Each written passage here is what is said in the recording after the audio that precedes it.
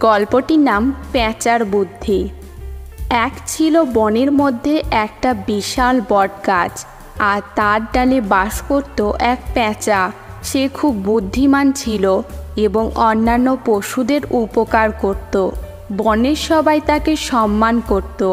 একদিন একটি ছোট্ট খরগোশ দৌড়াতে দৌড়াতে পেঁচার কাছে এলো। সে খুব ভয় পেয়েছিল। পেঁচা জিজ্ঞেস করলো, তুমি এত ভয় পেয়েছো কেন?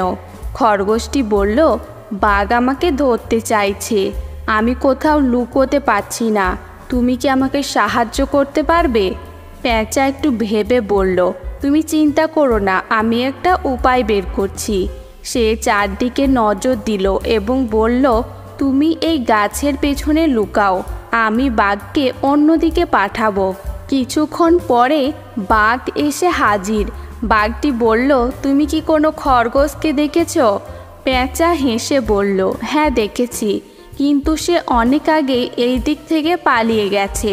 তুমি যদি দ্রুত দৌড়াও তাহলে তাকে ধরতে পারবে।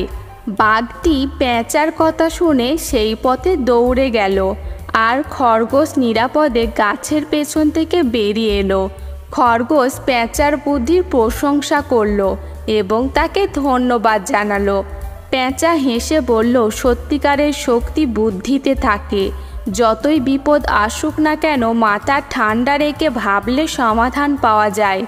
এইভাবেই পেঁচার বুদ্ধির কারণে খরগোশটি রক্ষা পেল এবং সবাই আরও একবার পেঁচার বুদ্ধিমত্তার প্রশংসা করল।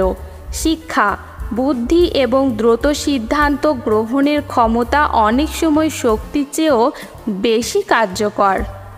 তো বন্ধুরা, যদি গল্পটি ভালো লেগে থাকে তাহলে অবশ্যই একটি লাইক করবে আর চ্যানেলটি সাবস্ক্রাইব করে নেবে আরও নতুন নতুন গল্প শোনার জন্য।